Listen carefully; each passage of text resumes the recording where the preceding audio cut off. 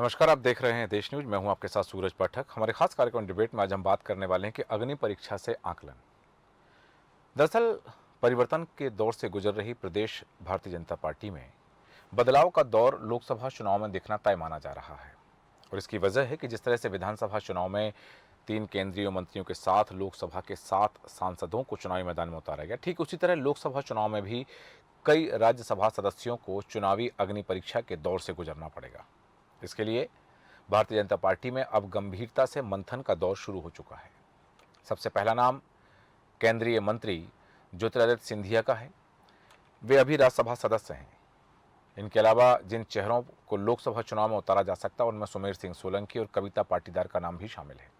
आपको बता दें कि लोकसभा चुनाव के ठीक पहले प्रदेश की अप्रैल में राज्यसभा की 5 सीटें रिक्त हो रही हैं। इनमें से 4 भारतीय जनता पार्टी की हैं और 1 कांग्रेस की है। मध्य प्रदेश की इस बार भी लगभग यही स्थिति रहने वाली है। राज्यसभा में केंद्रीय मंत्री सिंधिया और सांसद सोलंकी का कार्यकाल जून 2026 में खत्म होने वाला है। इसी तरह से राज्यसभा सांसद कविता पाटीदार का कार्यकाल जून 2028 तक का है। और माना जा रहा है कि ज्योतिरादित्य सिंधिया का चुनाव लड़ना लगभग तय है। तीनों राज्यों के मुख्यमंत्रियों के लिए लोकसभा की सीट जीतना और जो सीटें अभी भारतीय जनता पार्टी के पास हैं उन सीटों को बचाए रखना बड़ी चुनौती होगी। साथ ही सीटों को बढ़ाना, जैसे छत्तीसगढ़ में 11 में से 9 सीटें अभी हैं तो 11 की 11 बीजेपी जीतना चाहती। मध्य प्रदेश में 29 में से 28 सीटें हैं तो पूरी 29 की 29 जीतना चाहती। ये तमाम समीकरण इसलिए चल रहे हैं। यहाँ बड़ी बात आती है कि क्या रणनीति है और क्या मुख्यमंत्रियों के कंधे पर जो जिम्मेदारी है, क्योंकि इसमें अग्नि परीक्षा मुख्यमंत्रियों की भी है और उन राज्यसभा सांसदों की भी है जिन्हें लोकसभा में उतारा जाना है। ये अग्नि परीक्षा कितनी सार्थक होगी, ये चुनौती को कैसे सामना कर पाएंगे, तमाम सवाल हैं। इन सवालों के जवाब के लिए हम चर्चा करेंगे। चर्चा में खास मेहमान हमारे साथ हैं। आपका परिचय कराते हैं। हमारे साथ हैं कांग्रेस प्रवक्ता जितेंद्र सिंह जी। जितेंद्र सिंह जी, आपका स्वागत है देश न्यूज में। साथ ही हमारे साथ हैं आम आदमी पार्टी के प्रवक्ता रमाकांत पटेल जी। रमाकांत पटेल जी, आपका भी स्वागत करते हैं। और हमारे साथ हैं राजनीतिक विश्लेषक कौशल किशोर चतुर्वेदी जी। कौशल किशोर जी, आपका भी स्वागत है। और सबसे पहले मैं कौशल किशोर जी आपके पास आना चाहूँगा कि मध्य प्रदेश में हम परिदृश्य यदि देखें कि क्या परिदृश्य है और ये जो तमाम चीज़ें सामने आ रही हैं कि राज्यसभा सांसदों को मैदान में उतारा जाएगा लोकसभा चुनाव के, और मुख्यमंत्री के कंधे पर बड़ी चुनौती, बड़ी जिम्मेदारी है क्योंकि टारगेट 29 रखा है बीजेपी ने। आपको क्या लगता है कि मुख्यमंत्री डॉक्टर मोहन यादव कैसे इस टारगेट को पूरा कर पाएंगे, और साथ ही क्या राज्यसभा सांसदों को लोकसभा चुनाव के मैदान में उतारना भारतीय जनता पार्टी की रणनीति कारगर होगी? लोकसभा चुनाव की बात है जी, जैसा कि अक्सर कहा जाता है कि लोकसभा चुनाव और विधानसभा चुनाव में बहुत फर्क है। विधानसभा के मुद्दे अलग होते हैं, लोकसभा के मुद्दे अलग होते हैं। और लोकसभा इस समय जो है, लोकसभा चुनाव पूरी तरह से मोदी पर केंद्रित है। अब मध्य प्रदेश की स्थिति आप देख ही रहे हैं। विधानसभा चुनाव को भी मोदी पर केंद्रित होकर ही लड़ा गया। भले ही योजनाएं कोई भी लागू की गई हो, लेकिन एमपी के मन में मोदी और मोदी के मन में एमपी जैसा जो नारा प्रचारित किया गया। और अंततः भी निष्कर्ष यही निकला कि संगठन की जीत है। 8% जो वोट भाजपा को ज्यादा मिला है वो संगठन की वजह से मिला है। और योजनाएं तो जो लाभान्वित कर रही हैं आम जन को, वो उसमें केंद्र की योजनाएं भी हैं, राज्य की योजनाएं भी हैं। तो कोई स्पेसिफिक ऐसा कोई अलग और कोई मुद्दा नहीं रहा। और हम आपको बता दें कि जो लोकसभा चुनाव की जहां तक बात है, तो उसमें चाहे सीएम का चेहरा कोई भी हो, अभी मोहन यादव हैं, लेकिन कोई भी हो, पिछले चुनाव में जो 2018 के चुनाव में मध्य प्रदेश में कांग्रेस की सरकार बन गई थी, उस समय जो भाजपा की सीटें हैं वो बढ़कर 28 हो गई थी और सिर्फ एक सीट, छिंदवाड़ा सीट जो है वो कांग्रेस के खाते में रही थी और वो भी बहुत ज्यादा मार्जिन से नहीं जीत पाए थे। तो ऐसे में कहा जा सकता है कि लोकसभा का चुनाव जो भी परिणाम होंगे, उन परिणामों में ठीक है, जो मुख्यमंत्री हैं, प्रदेश अध्यक्ष हैं या भाजपा में जो भी हैं और कांग्रेस में जो भी हैं, वो अपनी जगह अपना अपना काम तो करेंगे निश्चित तौर से। और भाजपा की रणनीति बेहतर भी है, संगठन के मामले में कैडर बेस पार्टी है, लेकिन जो मूल चुनाव है उसमें चेहरा मोदी का ही है। सूरज जी, आपने सही कहा कि ये मोदी के नाम पर विधानसभा चुनाव लड़ा गया और अब जो है मोदी के नाम पर ही ये चुनाव भी लड़ा जाना है। आपका परिचय करा दें और मेहमान हमारे साथ हैं भारतीय जनता पार्टी के प्रवक्ता गुलदेव शेख जी। डॉक्टर गुलदेव शेख जी, आपका बहुत स्वागत नमस्कार। है देश न्यूज़ में। और साथ ही हमारे साथ हैं पूर्व महानगर सचिव समाजवादी पार्टी के अमित सिंह यादव जी। अमित सिंह यादव जी, आपका भी स्वागत करते हैं। और सबसे पहले डॉक्टर गुलदेव शेख जी, आपके पास आना चाहूँगा अब कि भारतीय जनता पार्टी की जो रीति नीति चल रही है, सियासी गलियारों में चर्चा है, लोकसभा चुनाव की तैयारी हो चुकी, मिशन 2024, टारगेट 29 और इसके अलावा ये 3 राज्यों की 65 सीटों में से बात हो रही कि ये सीटें भारतीय जनता पार्टी की पूरी अपने पास रखना चाहेगी इस बार और इन सब पर काबिज होना चाहेगी, जिसके लिए सियासी गलियारों में चर्चा कि राज्यसभा सांसदों को चुनावी मैदान में उतारा जाएगा। भारतीय जनता पार्टी ने मिशन 2024 के लिए सियासी तैयारियां चालू कर दी हैं और उस मंसूबे को लेकर के कि इस बार मध्य प्रदेश में टारगेट 29 है, कैसे पूरा कर पाएंगे इस टारगेट को? देखिए, टारगेट 29 का जहां तक विषय है, पिछली बार भी लगभग हम टारगेट 29 अचीव कर लिए थे। शायद 30 या 32,000 वोटों से ही कमलनाथ जी के सुपुत्र छिंदवाड़ा की सीट से जीते थे और इस बार वो सीट भी वो हार रहे हैं, ये निश्चित मानकर चलिए आप, क्योंकि जो हमको ग्राउंड की परिस्थितियां दिख रही हैं उसमें ये लग रहा है कि हम जीत जाएंगे। और जहां तक बात है कि राज्यसभा के जो हमारे सांसद थे, वो वरिष्ठ नेता है, उनको भी हो सकता है चुनाव लड़ना पड़े, तो भाई साहब भारतीय जनता पार्टी है ये, इसमें मेरे जैसे छोटे से कार्यकर्ता को भी लड़ना पड़ सकता है, किसी राज्यसभा के सांसद को भी लड़ना पड़ सकता है, किसी विधायक को भी लड़ना पड़ सकता है। और जिसकी भी मांग आवाम करेगी, जनता जिसको मांग करेगी, जो हमारे सर्वे में सर्वा निकल कर आएगा, उसको बिल्कुल चुनाव लड़ाया जाएगा। और मिशन एक ही है कि मोदी जी को जो पुष्प गुच्छ देंगे हम भेंट करके मध्य प्रदेश में, उसमें 29 कमल होंगे। 29 कमल की माला आप मोदी जी को भेंट करने वाले हैं, लेकिन आप मान रहे हैं कि ये डॉक्टर मोहन यादव की अग्नि परीक्षा भी होगी? सबकी अग्नि परीक्षा होती है। भारतीय जनता पार्टी का जो जन्म हुआ है वो संघर्ष की कोख से हुआ है और हम संघर्ष करने वाले लोग हैं। देश के लिए, राज्य के लिए, विचार के लिए हम संघर्ष करते हैं और ये संघर्ष हमारा कभी खत्म नहीं होता। संघर्ष लगातार जारी रहेगा और ये जो चीज़ रहेगी कि हाँ ठीक है, संघर्ष रहेगा। लेकिन यहाँ एक बात जरूर जानना चाहूँगा जितेंद्र मिश्रा जी आपसे, जैसा कि अभी डॉक्टर गुलदेव शेख जी ने कहा कि इस बार 29 कमलों की माला जो है वो प्रधानमंत्री नरेंद्र मोदी को मध्य प्रदेश भारतीय जनता पार्टी देना चाहती है। आपकी क्या तैयारी है लोकसभा को लेकर? पार्टी तो ये चाहती है कि सारा का सारा 543 सीटों पर जीत हासिल हो। भारतीय जनता पार्टी तो ये चाहती है कि विपक्ष खत्म हो जाए, लेकिन भारतीय जनता पार्टी के मंसूबे पूरे होंगे क्या? भारतीय जनता पार्टी 77 से सपना देख रही है कि 29 के 29 माला भारतीय जनता पार्टी के अध्यक्ष को पेश कर दी जाए, लेकिन आप ये देखिए भारतीय जनता पार्टी में जो काट के अंडे थी वो चढ़ी। आज भी मध्य प्रदेश की बात कीजिए आप, मध्य प्रदेश में वोटों का प्रतिशत देखिए, दूसरे दल कांग्रेस भारतीय जनता पार्टी से आगे है। जीत किन परिस्थितियों में हुई, किन कारणों से हुई, ये छिपे नहीं है, इन पर बहस होगी तो मुख्य मुद्दे से अलग हो जाएंगे। रहा सवाल भारतीय जनता पार्टी का, भारतीय जनता पार्टी ने अनेकों बार दांव पे लगाया है छिंदवाड़ा में जीतने के लिए, लेकिन सफल नहीं हुए। भारतीय जनता पार्टी ने, आपने देखा होगा राघवगढ़ में भी पूर्व मुख्यमंत्री शिवराज सिंह जी को भी दांव पे लगाया था, क्या हुआ परिणाम आपके सामने। भारतीय जनता पार्टी 77 से प्रयास कर रही है कि छिंदवाड़ा सीट कांग्रेस जीत लो, भारतीय जनता पार्टी जीत ले, लेकिन जीत नहीं पा रही है। और अब तो ये है कि अब सवाल खड़े होना केंद्र सरकार पर शुरू हो गए हैं। आपने 2 करोड़ लोगों को रोजगार देने की बात की थी, जब 2 करोड़ लोगों ने रोजगार की मांग की तो आपने कहा पकड़ो चलो, आपने कहा था कि इस देश में बेरोजगारी दूर होगी। जितेंद्र मिश्रा जी, ये उनकी खामियां हैं, हम आपकी खूबियां पूछ रहे हैं। निश्चित तौर पर ये खामियों के आधार पर भी वोट मिलता है, कहीं ना कहीं वोट कटता भी है। तो मेरा ये कहना है कि आज आपने कितना झूठ बोला इस देश की जनता से। आपने कहा किसान कानून किसानों की मदद के लिए है, 750 किसानों की कुर्बानी हुई, इसके बाद आपकी समझ में आया कि किसान कानून जो है इस देश के किसानों के हित में नहीं है। आपने कहा कि make in India, startup India, इसके माध्यम से देश की अर्थव्यवस्था में सुधार होगा, सबके सब औहदे मुंह पड़े। एक देश एक टैक्स की बात की आपने, आज व्यापारी परेशान है टैक्स को लेकर के। तो कौन सी ऐसी उपलब्धि है आपने इस देश की जो जमा पूंजी थी उसको खर्च करने का काम किया है। आपने लाख करोड़ के कर्जे में इस देश को पहुंचा दिया है। ये सवाल जनता कब पूछेगी? एक चुनाव में आप जीत गए, उसे लगा कि आर्थिक स्तर पर, आर्थिक मोर्चे पर देश सफल होगा, लेकिन आपकी आर्थिक नीतियों ने देश को डुबो दिया। आज भी सवाल नहीं पूछे तो कब पूछे? ठीक है। निश्चित तौर पर जनता सवाल पूछने के लिए खड़ी है। हाँ। और आने वाले चुनाव नहीं, में जनता इसका सवाल परिणाम भी दिखेगा। मेरा सवाल आपसे ये था मिश्रा जी कि जनता सवाल पूछेगी, ठीक है, आपकी क्या भूमिका है?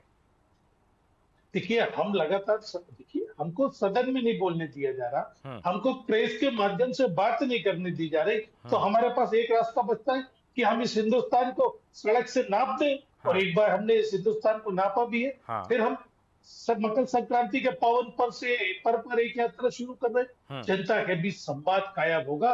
और आप ये देखिए कि कहीं ना कहीं गांधी चौपाल को, कहीं ना कहीं हाथ से हाथ जोड़ो अभियान को सफलता मिली। उसका परिणाम यह हुआ 2018 में हमने सरकार बनाई।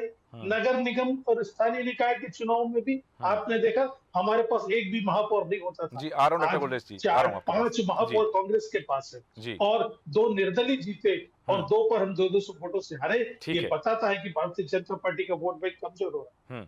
ठीक है, वापस आता हूं आपके पास में। डॉक्टर गुलेश जी, आप कुछ कहना चाह रहे हैं, अपनी बात रखें, फिर रमाकांत पटेल जी के पास आऊंगा जी।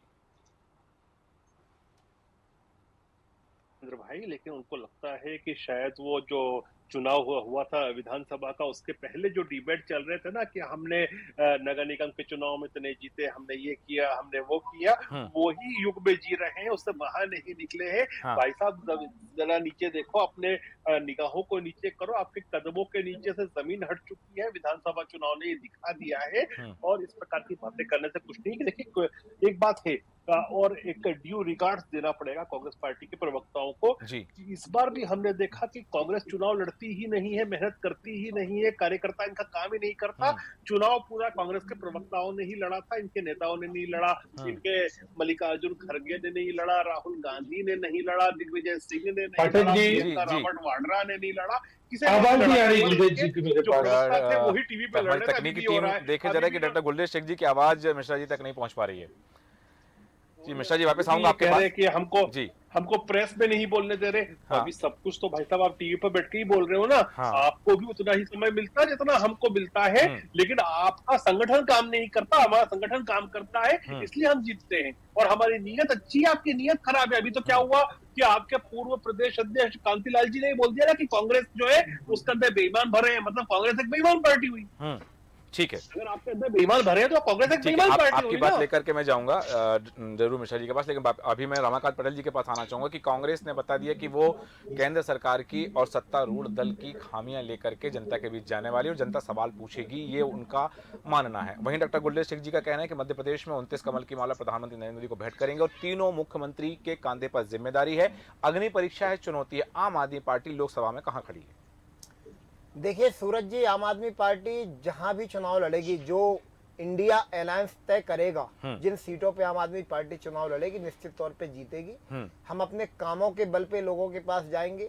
दूसरा ये कि मैं भाजपा को एक सलाह देना चाहता हूं कि इतने अहंकार में मत रहें। चुनाव में लोकतंत्र में जनता मालिक होती है, किसी के चाहने ना चाहने से चुनाव जीतना संभव नहीं है। लोकतंत्र में जनता चाहेगी जिसको, उसको विधानसभा भेजती है, जिसको जनता चाहेगी उसको लोकसभा भेजती है जी। तो लोकतंत्र में जनता मालिक होती है। अब अगर ये कहें कि हम 29 सीटें जीतेंगे तो ये तो अतिशयोक्ति और जो है अतिशयोक्ति लगता है। इसलिए लगता है क्योंकि जब पहला चुनाव भाजपा का हुआ था जिसमें माननीय मोदी जी आए थे 2014 में, आपने देखा था कि किस प्रकार के होर्डिंग लगे थे, किस प्रकार के प्रचार हो रहे थे कि बहुत हुई महंगाई की मार, अब की बार मोदी सरकार, बहुत हुआ महिलाओं पे अत्याचार, अब की बार मोदी सरकार, हर साल 2 करोड़ रोजगार, हर खाते में 15 लाख, बहुत हुआ भ्रष्टाचार। मेरा एक निवेदन है, मैं याद दिलाता हूं कि अभी जब 2019 में दिल्ली का चुनाव हुआ था तो आम आदमी पार्टी के राष्ट्रीय संयोजक दिल्ली के मुख्यमंत्री अरविंद केजरीवाल जी ने कहा था कि अगर हमने काम किया है, ईमानदारी से काम किया है, 5 साल काम किया है तो हमें वोट देना, काम नहीं किए हैं तो हमारी जमानतें जब्त करा देना। ये दिल्ली में अरविंद केजरीवाल जी ने कहा था 5 साल सरकार चलाने के बाद। भाजपा के लोग क्या ऐसी नजीर पेश करेंगे? क्या भाजपा के लोग कहेंगे कि हमने जो वादा किया था, सूरज जी मैं कंप्लीट कर लूं, क्या भाजपा के लोग कहेंगे कि हमने वादा किया था हर साल 2 करोड़ रोजगार देंगे, अगर नहीं देंगे तो हमको वोट मत देना? हमने अगर दिया है हाँ। तो वोट दो, हाँ। नहीं दिए हैं तो वोट मत दो। ये ऐसा कहना चाहिए, ऐसा उदाहरण पेश करना आपने एक चाहिए। शब्द कहा कि दिल्ली में कहा गया था कि यदि हमने काम नहीं किया है तो हमारी जमानत जब्त करा देना। सीधी में महापौर थी आपकी पार्टी की, वही प्रदेश अध्यक्ष भी थी। मध्य प्रदेश की जनता ने सुन लिया, जमानत जब्त हो गई उनकी। देखिए सूरज जी, बिल्कुल आप ठीक कह रहे हैं जी। मैं आपको एक बात और बतलाना चाहता हूं। लोग जो वोट करते हैं, हाँ। वोट इस बार जो हुए वो बाइपोलर वोट हुए, बाइपोलर इलेक्शन हुआ। यहाँ पे लोगों ने सीधे वोट किया, हाँ। या तो ये सरकार हाँ। या तो ये सरकार। हाँ। तो लोगों के पास विकल्प के रूप में जो है भाजपा और कांग्रेस थी, हाँ। और लोगों ने वो चुना, इसमें कोई दो राय नहीं है। भाजपा और कांग्रेस को उन्होंने देखा कि ये लोग सरकार में आ सकते हैं। जी। आम आदमी पार्टी सरकार नहीं बना पा रही है, हाँ। मात्र 66 सीटों पे आम आदमी पार्टी लड़ रही है। हाँ। इनको वोट देने ना देने से हमारे वोट का नुकसान होगा, ऐसा लोगों ने हमको पर आप बताया। चुनाव लड़े, जितनी सीटों पर आप चुनाव लड़े, उतनी ही सीटें कांग्रेस की आई हैं। उतनी ही कांग्रेस की आई हैं। 66 पर आपने चुनाव लड़ा, कांग्रेस की 66 सीटें ही आई हैं। तो मतलब आप कांग्रेस के प्रत्याशियों के लिए खड़े थे, बीजेपी के प्रत्याशियों के अगेंस्ट खड़े थे। इस हालांकि ये विषय नहीं, इस पर हम चर्चा करेंगे बाद में। डॉक्टर गुरलेज जी, आप कुछ कहना चाह रहे हैं, लेकिन आप अभी रोकना चाहूंगा क्योंकि अमित सिंह यादव जी भी हमारे साथ हैं। पहले एक बार वक्तव्य उनसे लेना चाहूंगा, बाद थोड़ा जी कि मैं भूल जाऊंगा, जी। क्योंकि इन्होंने भी कहा है जी। कुछ चीजों के लिए तो सैल्यूटेबल है साहब। आप आम आदमी पार्टी के प्रवक्ता महोदय, जी। उन्होंने एक तो एक्सेप्ट कर लिया कि ये वोट कठुआ पार्टी है। आवाम ने भी माना मध्य प्रदेश की कि इनको वोट देना, भारतीय जनता पार्टी आज भी कई जगह पे चुनाव लड़ती है, 1%, 2% वोट मिलते हैं उनको। नहीं, जब अभी भाजपा इतना बड़ा संगठन हो गया, बावजूद उसके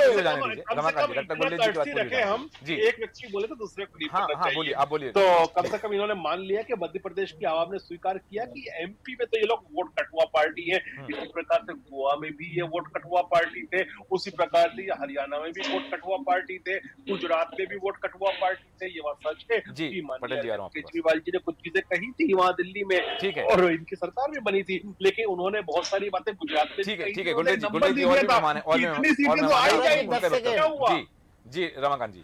देखिए, भारतीय जनता पार्टी को अगर सचमुच में डर लगता है किसी से तो वो आम आदमी पार्टी है। मात्र 10 साल के भीतर आम आदमी पार्टी राष्ट्रीय पार्टी हुई। इनको भ्रष्टाचारी अगर कहीं दिखाई देते हैं पूरे देश के अंदर, तो उनको काम करने वाले लोग भ्रष्टाचारी दिखाई देते हैं। सत्येंद्र जैन जी के ऊपर कोई दोष सिद्ध नहीं हुआ, लेकिन जेल में डाला। संजय सिंह जी के ऊपर कोई दोष सिद्ध नहीं हुआ, लेकिन जेल में डाला। मनीष सिसोदिया के ऊपर कोई दोष सिद्ध नहीं हुआ, लेकिन जेल में डाला। ठीक है, रमाकांत जी, रमाकांत जी, गुजरात का बोला। रमाकांत जी, वापस आता हूँ। रमाकांत जी, गुजरात का बोला, वापस आऊंगा, वापस आऊंगा आपके पास। उनको गिरफ्तार करने का काम कर रहे हैं, लोग घबराए हुए आम आदमी ठीक पार्टी है। अमित सिंह यादव जी हमारे साथ हैं, मैं उनके पास जाना चाहूंगा। डॉक्टर गुरलेज जी, वापस आऊंगा आपके पास में। अमित सिंह यादव जी, आपसे जानना चाहूंगा कि यहाँ बात कर रहे हैं हम लोकसभा चुनाव को लेकर के, मध्य प्रदेश, छत्तीसगढ़, राजस्थान के मुख्यमंत्री के ऊपर चुनौती है, जिम्मेदारी है, अग्नि परीक्षा है। समाजवादी पार्टी की इस काउ बेल्ट के राज्यों में क्या तैयारी है, और क्या आप मानते हैं कि जो बात डॉक्टर गुरलेज शेख जी ने कही है कि मध्य प्रदेश में 29 कमल की माला मुख्यमंत्री पहनाएंगे प्रधानमंत्री नरेंद्र मोदी को, तो इस चीज से आपको कितना नुकसान होने की संभावना है दूसरे और राज्यों में भी? अमित जी, आप सुन पा रहे हैं हमें?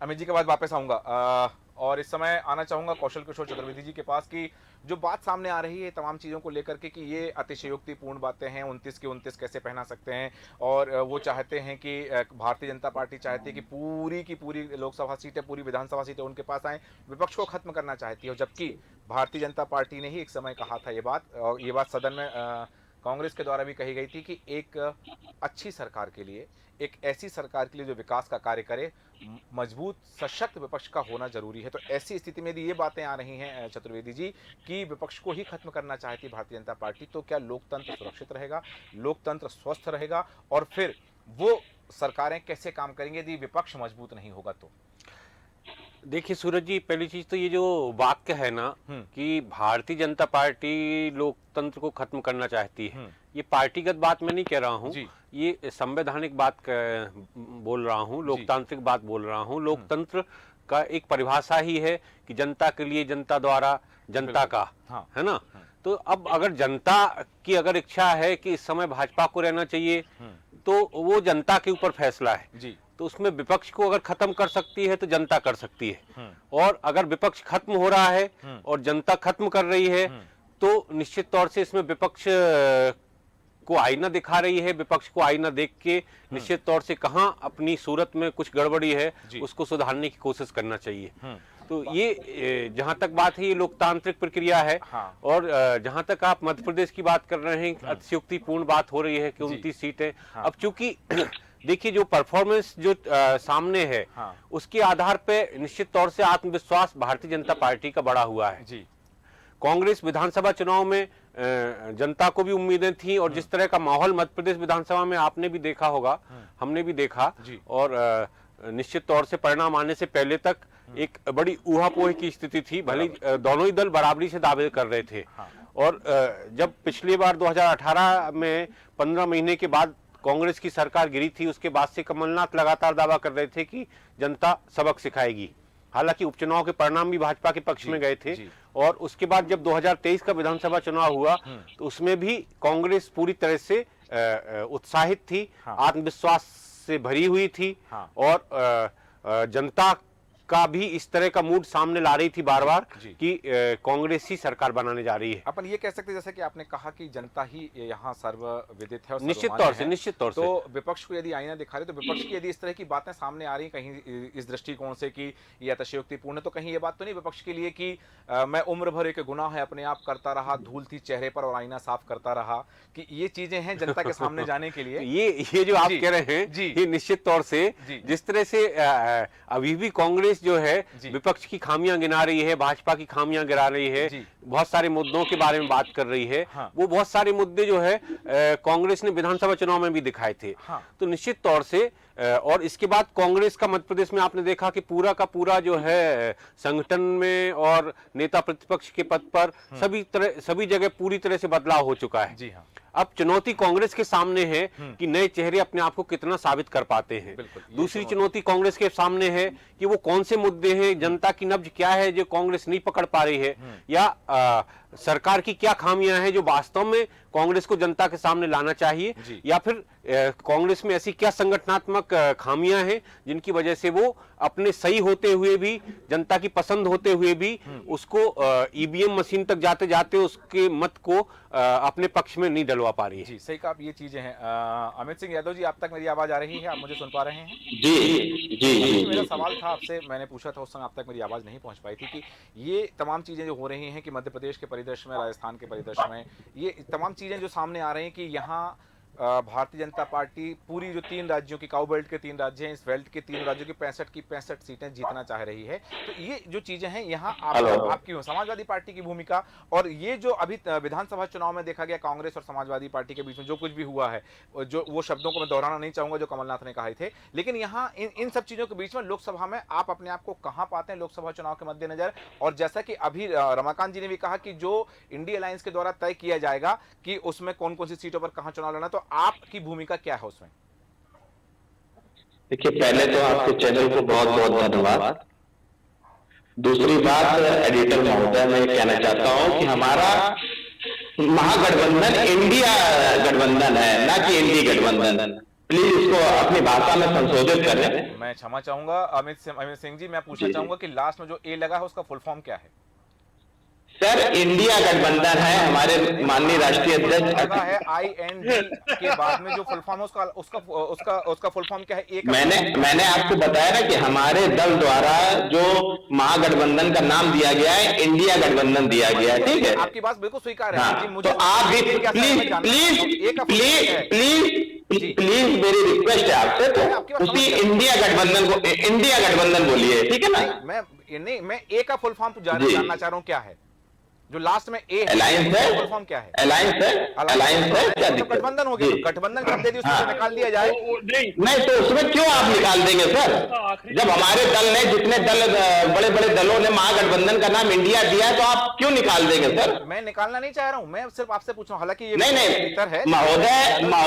महोदय, मेरा निवेदन है कि इंडिया महागठबंधन है। मतलब अकेले नहीं, मुझे जहां तक जानकारी कि IND अलग शब्द है और ए मतलब, मुझे देखिए महोदय, मैं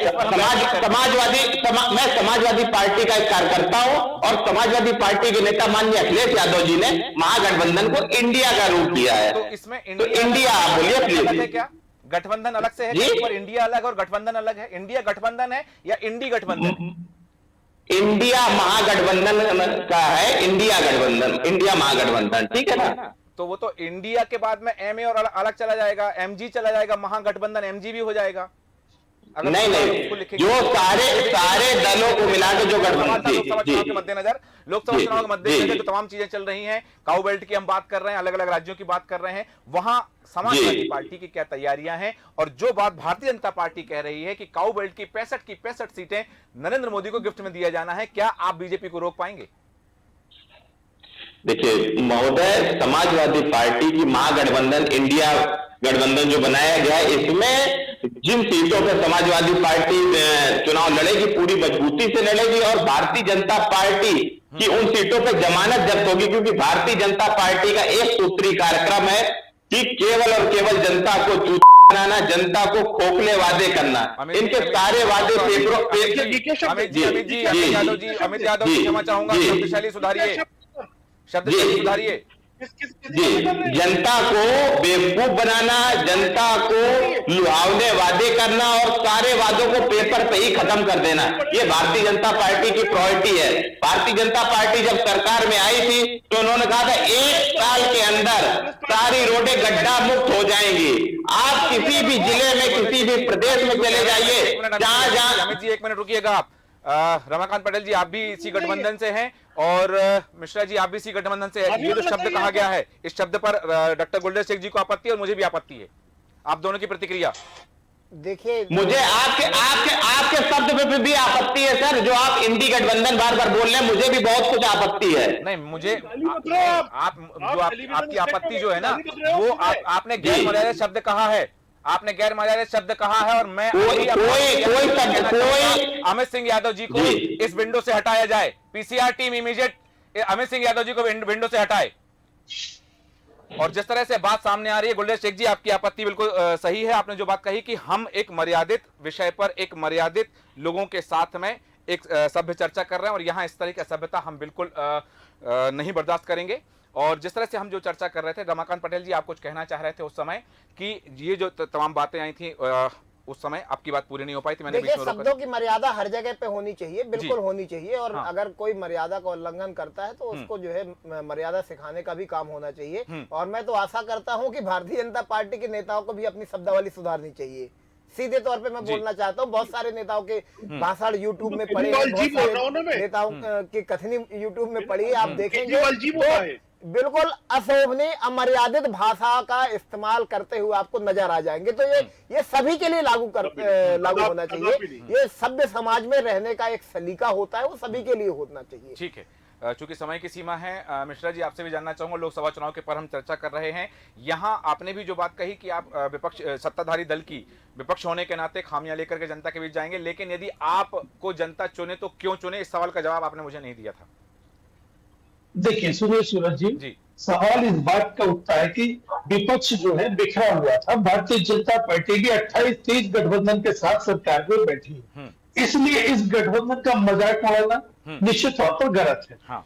जब एक बनाम एक की लड़ाई हम करेंगे, जब हम एक के खिलाफ एक प्रत्याशी देंगे, तो निश्चित तौर पर कौशल किशोर जी की बात में सत्यता प्रतीत होती है कि 29 बात करना अतिशयोक्ति होगी। अभी बिखरे हुए विपक्ष से लड़े हैं आप, अभी यूनाइटेड विपक्ष से जिस दिन आप लड़ेंगे उस दिन आपकी समझ में आ जाएगी बात। भारतीय जनता पार्टी की सरकारों की सूरत भी हो, इंडिया शाइनिंग, इंडिया राइजिंग का नारा दिया था, क्या हुआ 10 साल बाद? जब समझ में आया जनता की सरकार से बाहर कर दिया कि नहीं किया भारतीय जनता पार्टी को।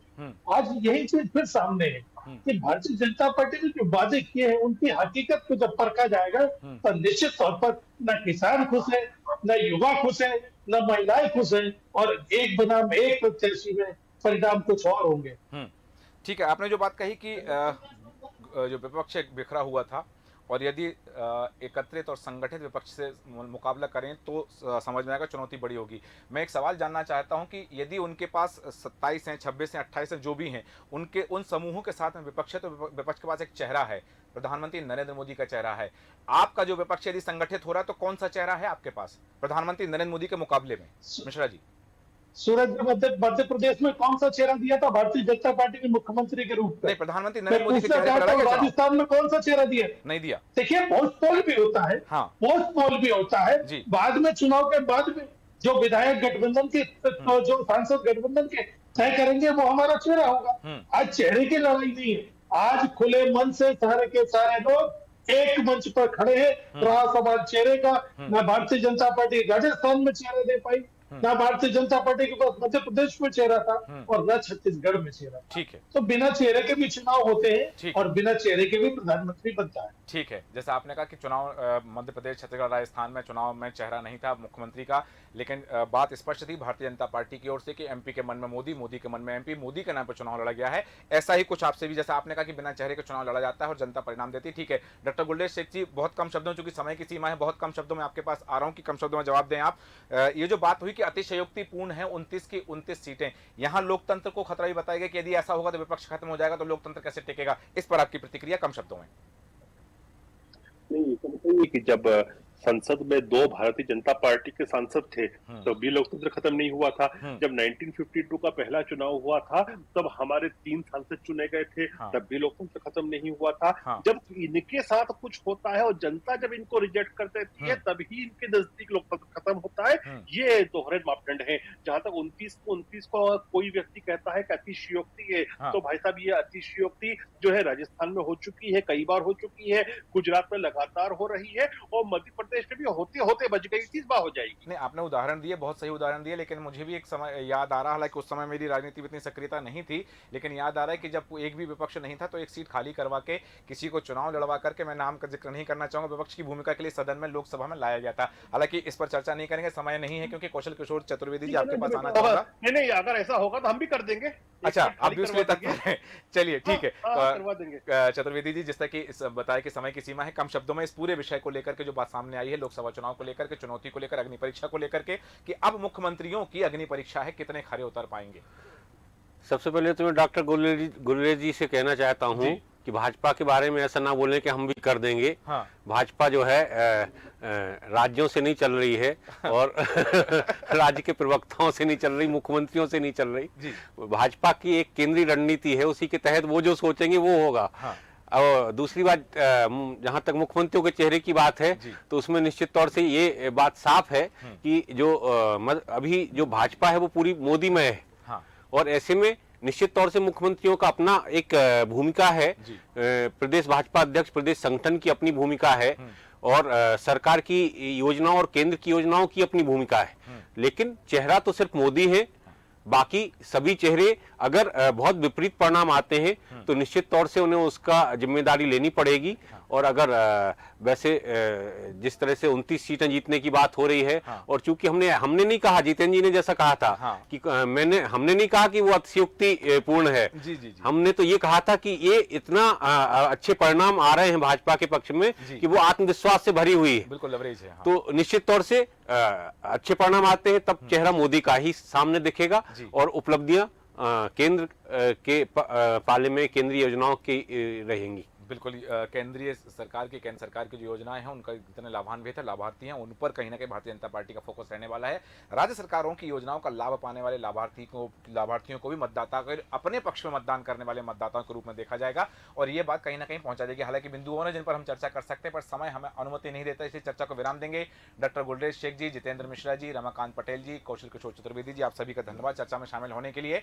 और बात हो रही कि अग्नि परीक्षा से आकलन होगा, अब आकलन की तैयारी है कि क्या ये जो मुख्यमंत्री, इनके हाथों में सत्ता सौंपी गई, थाली में परोस के, तीनों राज्यों के मुख्यमंत्रियों को थाली में परोस के नए चेहरे, नया नाम सौंप दी गई है सत्ता, और अब यह सरकार में रह करके लोकसभा चुनाव के लिए भारतीय जनता पार्टी को, अपनी पार्टी को कितनी बड़ी जीत दिला पाएंगे, उन चुनौतियों का सामना कैसे कर पाएंगे, और अग्नि परीक्षा इस आकलन के लिए होनी है कि ये क्या भारतीय जनता पार्टी का केंद्रीय नेतृत्व का फैसला सही था या नहीं था, ये इसमें अग्नि परीक्षा है तीनों मुख्यमंत्रियों की। हालांकि बात और भी है कि कई चेहरों पर चुनाव लड़े जाएंगे, अब राज्यसभा सदस्य भी लोकसभा में उतार सकते हैं, वही प्रयोग जो विधानसभा चुनाव में किया गया है वही प्रयोग लोकसभा में भी किया जा सकता है। देखना दिलचस्प होगा कि इस प्रयोग का कितना सकारात्मक परिणाम भारतीय जनता पार्टी को मिलने वाला है। हमारे खास कार्यक्रम में इतना ही, बन रहे देश न्यूज के साथ। नमस्कार।